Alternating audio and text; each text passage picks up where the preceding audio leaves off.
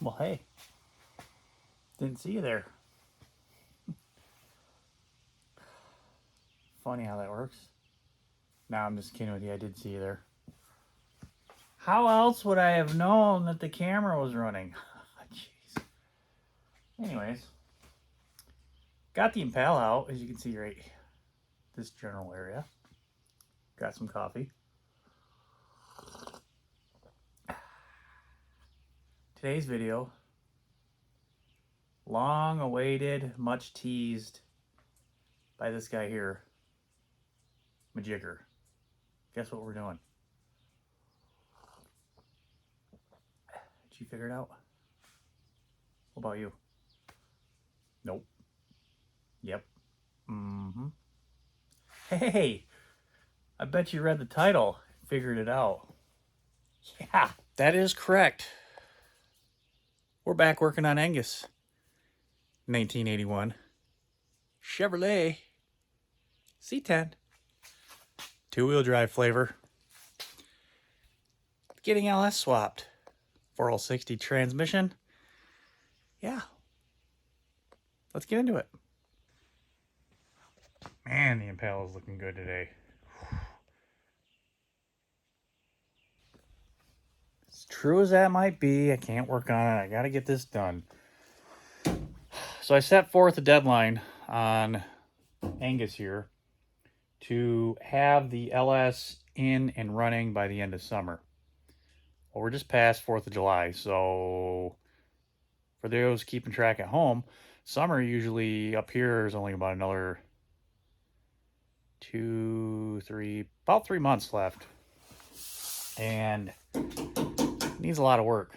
So let's get into recapping what we have already done. So as you can see, engine compartment, we have no motor. It's all gone. We have some kind of a wires scattered all over the place. But what we have done in this mess of what it looks like is we've gone through, we cleaned up the old stock C10 harness out of here, and we have taken this 2003 Sierra Silverado, I don't know what it was I got it out of, but I got the computer, the harness, and the LS and the transmission out of a two-wheel drive off Facebook, and we went through, we depinned the harness, got rid of all the stuff that we did not need. We went through, we took that thing, that is from the little fill vapor canister that used to sit right there. I don't know, I just modified it and threw it on there and mounted on that fuse block. Got that mounted on there. We, as you saw, the computer mounted right here loosely. We're going to have to secure it a little bit more, but we'll get it. Went through, tied into our stock block, snipped the wires out about yay far. We tied in the power source that we need from the key that's going to power up our box. We ran a new power cable from here on the core support up here, tucked out of the way, and over to where our battery tray is. The initial idea was going to be move the battery tray to over on this side, but I decided I wanted to mount the computer there. It just looks a little bit more cleanerish. Not really, but yeah, I'm lazy and I didn't want to move it. Also kept the ground from the normal stock ground location, so that of course is there. This kit that I ended up buying was a battery relocator kit from eBay, and it's like pretty thick wire. I don't know what gauge, it's 2 gauge. So definitely it'll do our job. It's got little things on the top to, you know, tell us to put colors here, colors there, and, you know, crayons and stuff. So we got that all in here ready to go. So what we also figured out for cooling was we are going to take a Impala / Caprice. I wonder where I got the idea from that from. Radiator, we're going to put that in here. And the cooling fans, we're going to put those on there. And we're going to fabricate that to work in here, stock. Also, the hoses for the heater line, I guess we're going to have to figure it out and figure out the bottle, because as you guys know, on a Caprice / Impala, it's got the overflow reservoir, reverse flow, cooling, and everything else. Reason for doing that is because of the way that the LS motor is on the accessorize is when the pump gets put on here. I believe that it's going to be a lower passenger side where we're going to be able to figure it and keep stuff clear, and then an upper driver's side. Just make things a lot neater and cleaner. I haven't read or found out much on if that cooling system is going to be capable to cool an LS, but I mean, it cools an LT1, so why wouldn't it? Not. So today, we are going to, what are we going to do today? We're going to mount up the LS back to the transmission, just mock it together, and we are going to actually stab it into here. We got to get under here, remove that cross member so we have some space to flex around on, and you know, we're gonna stab it in. As you can see my labels too, we're gonna have to, or wires, we're gonna have to move those up out of the way, but they all are labeled, so hopefully all those things have lasted and we can kind of go ahead and drape the harness on to where it needs to go. Time permitting, that looks good, gets in here. We might start putting on all the wire loom that I have just to kind of tidy stuff up, put stuff into place, and get it more of a permanent home. So stop yapping, let's get into it. Okay, so I got this thing all cleaned up, and let's recap what we've done to the transmission. Nothing. We unbolted it from the motor. 4L60, I think. I don't know. Yeah, 4L60. Just stock. Haven't done anything to it. Probably will send it in to get rebuilt, but yeah, we need it now for mock-up. And we got a 5.3. We can confirm that with the heads and stamping number. So we did go ahead, put the ICT valley cover on it and the motor mounts, and then we did I don't know, Camaro, Firebird, a shallow pan oil pan instead of a truck pickup. Mounted that on here. Yeah, and we did goop the hell out of it because for whatever reason I didn't want to trust the fact that the gaskets were reusable. I don't know. So yeah, well, whatever. It is what it is. So yeah, that's on there. It is grimy, greasy. Yeah, we did try to paint the block and it's from sitting kind of flash rusting in some spots, but you know what? That's fine because that's kind of the look I want, as dumb as it sounds. I want to make sure to kind of have a junker looking truck with a junker looking motor, but to go woo woo woo. Not really. At some point I'll probably pull it back out and paint it, but anyway. Still have the truck intake that we're going to put on, which is over in my parts bin. And I got to find I believe it's the cam position sensor that goes down in there. Got to get that on order to see what it is or if that's just plugged up or whatever, because I thought the cam position sensor was over here, but yeah. So did a new oil plug here because this one was snapped off from when I got it. That's it. That's all we've done so far. Minus clean off the excessive sludge that was in this motor from probably not having proper oil changes. So I'm kind of expecting this motor to blow up after we get it in there. We'll see. Who knows?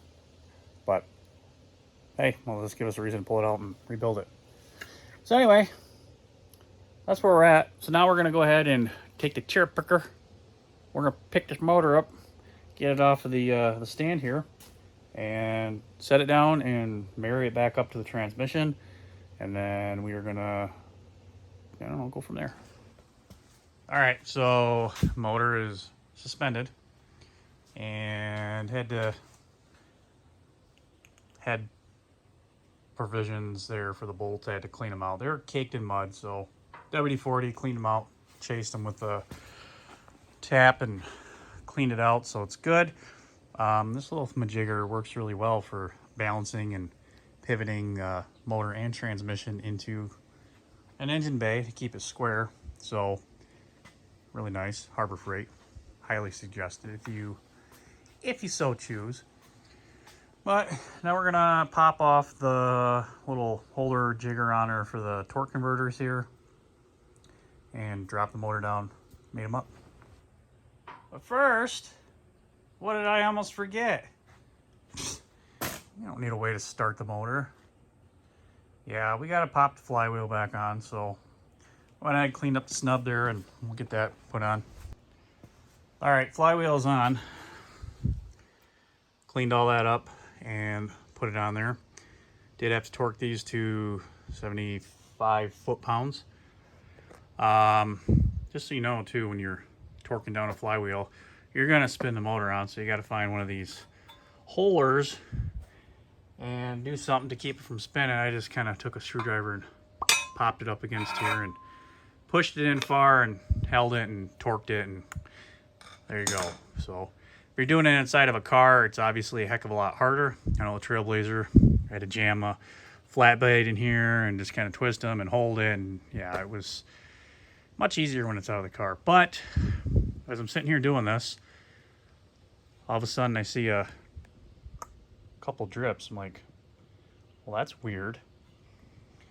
Looking from my oil pan here, and it's dripping from this seal. You can see right there she's got a leak, and oil filter to be expected, but not up there. So I'm gonna pop these guys off and see what's up. Maybe this gasket's just dried out, needs to be torqued or something, but I'm definitely gonna take care of this while, you know, it's right here and not like in there. So I went ahead and got those popped off. Looked at it, it didn't really come off, so I just snugged them up. I'm sure they probably got to get soaked with oil and then they'll self-seat. Noticed up here it's got a little one, so I snugged up that one. Gonna throw the oil filter on, of course, filled with oil, so it stops dripping out of here, and hopefully it'll help with, you know, the stuff. But fill it up with oil, so we're gonna prime the unit before we start it, but I wanted to make sure this was nice and full, so when it goes through the pickups, it goes through all the stuff and does its thing. So yeah, that's gonna go on here. Just, you know, like something like that, sure. So I'm gonna write the date on here because that way I know when I put it on, and when I go to give this thing an oil change, I can look back and reminisce about today. All right, so I went through, cleaned up the rim of the motor and transmission there, engine for the slow, and now I'm in the process of putting them together. I'm not gonna put the torque converter bolts onto the flywheel because I can do that underneath the truck. I just want to get it married up. I did put some anti-seize on those pegs so we can, when and if it comes to the point of having to pull this out, which I'm pretty sure it'll have to come out at some point again, it's easier to do. But yeah, this is how I'm doing it. Kind of glad this transmission is going to get rebuilt because this tail shaft is just, it don't look good, is what I'm saying. So I'm going to have to, maybe I'll pull it apart myself and just kind of look at it, break that, but we'll see. Right now, focused on mock-up and putting it back together and getting it in the truck. All right, so now we're married up. Bolts are just loosely in there. Not torqued because got to Loctite them and everything else, but that will be, I think, 56 foot-pounds. I don't know, I double check. Anyway, just to kind of show you the operation of this guy. You see when you lift it up, the transmission's still, you know, back there on that jack. So what this will do is it'll actually center your weight, put your center focus more towards the back so you can balance the transmission and the motor at the same time. And it's just as simple as crank, and you can move it, and you just move it like this until it balances out.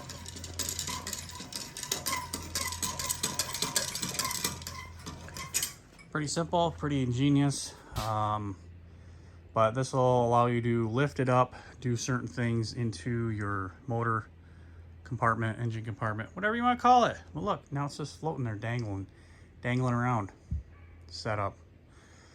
So now I'm gonna go ahead, lift this up. I'm gonna inspect some stuff, make sure that that center part will match up with the torque converter for the flywheel, you know, in there, in the inspection cover. Then what am I gonna do? I don't know. Probably stop and get lunch because I'm hungry. Oh, and by the who, I did find the cam position sensor. Got that in 18 on this guy. Just wanted to mention that before I cover it up. Now you're just coming out here after we had our conversation? I see how you are.